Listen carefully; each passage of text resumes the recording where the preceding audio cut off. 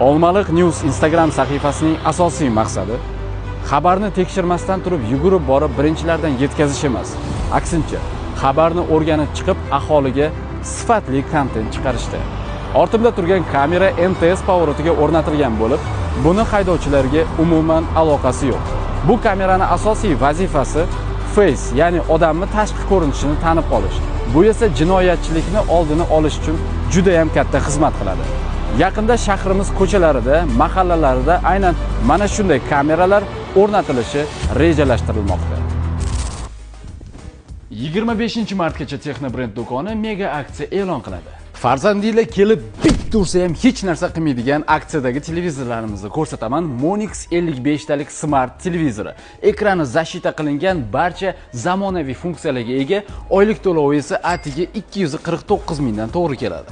Navbatdagi aksiya 12 talik immer konditsioneri, inverter, motor past tokda ham bemalol ishlaydi. 32 talik freon. Bu degani inson salomatligiga umuman zarari yo'q. Toshiba motor Zimaleta naqd pulga 4 million 600 ga xarid qilsanglar bo'ladi. Undan ham zo'r tarafi o'sha 4 million 600 ni 6 oyga bo'lib to'lab olsanglar ham bo'ladi.